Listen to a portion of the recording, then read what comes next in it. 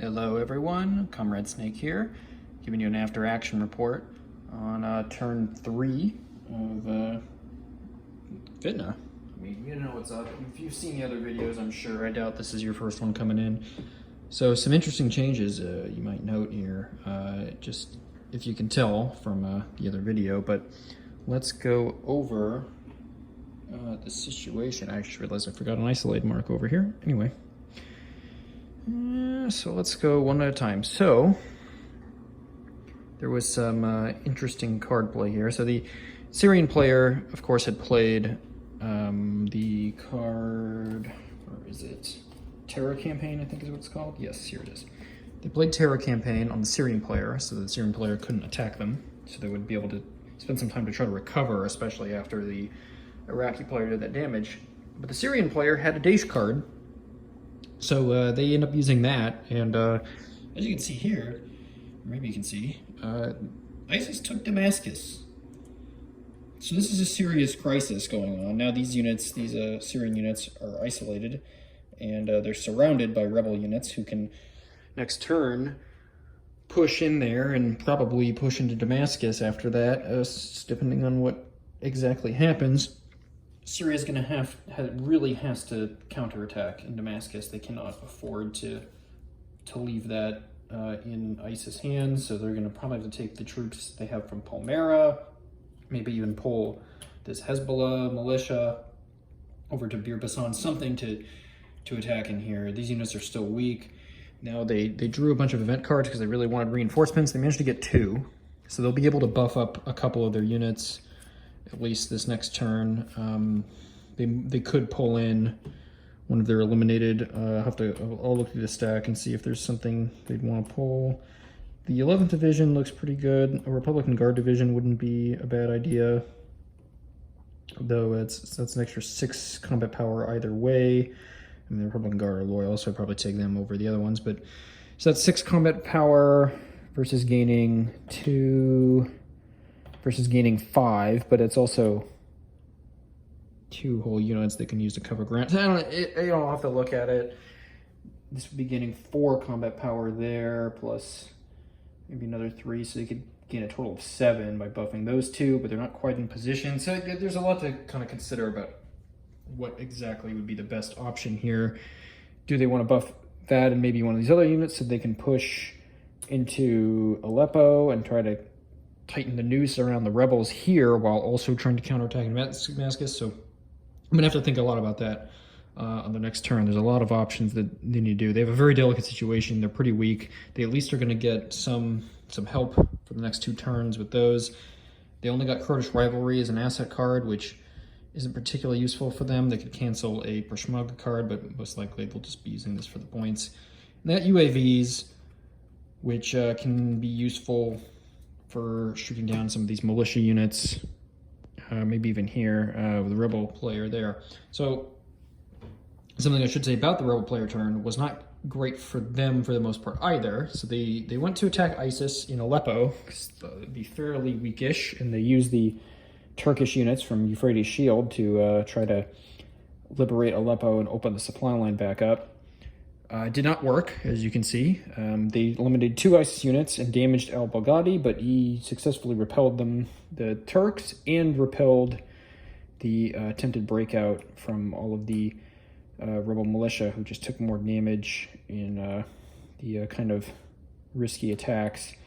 So overall, they're still isolated. Not a great situation for them there either.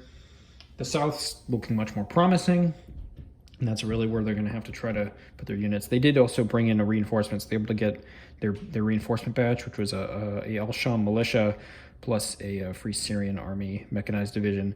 So they're going to have a decent amount of combat power to throw towards Damascus on the next turn.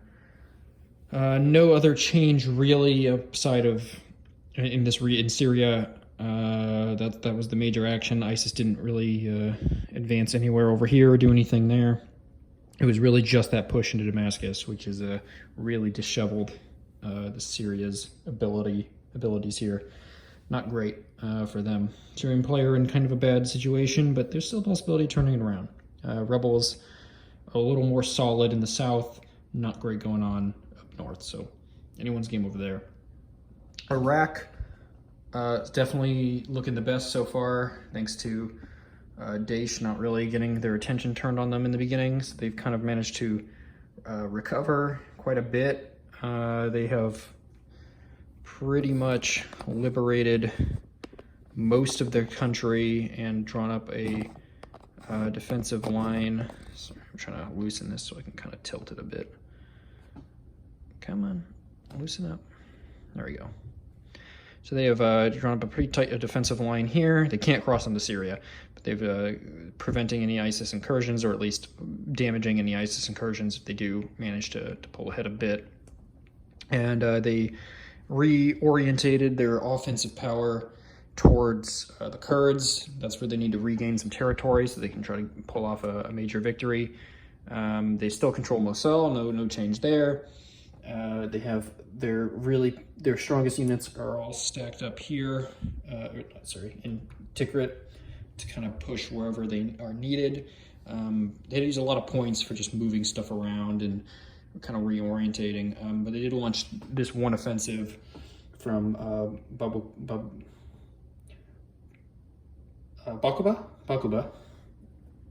with their various infantry units. They got a heavy exchange with the Kurds, which damaged 2 of their units, but they did take Kirkuk, and they can now push against the Kurds outside there into the rest of Kurdistan and regain that territory.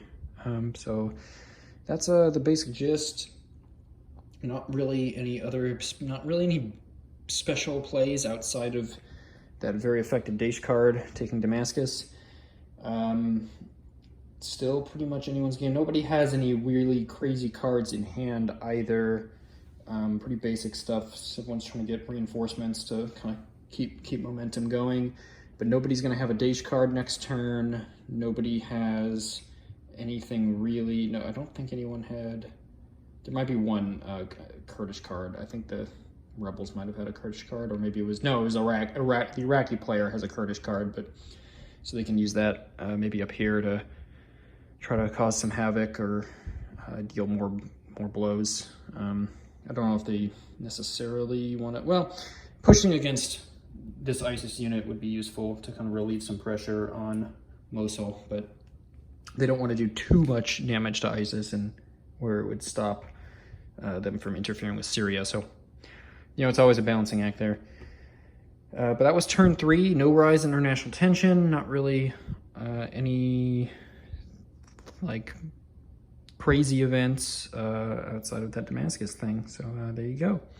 And the really bad rolls by the Turks into Aleppo. That was kind of unfortunate for them. They kept rolling pretty badly. They got some exchanges which would have been okay, even though it wasn't ideal, but then they just were rolling badly. Not great. And there's no asset cards to help them, which was a big problem too. So we'll see how it goes in turn 4. I got to reshuffle the decks, and maybe we'll get some bigger plays here. But Syria is a lot more interesting than Iraq right now. So we'll see how it goes. Catch you next time.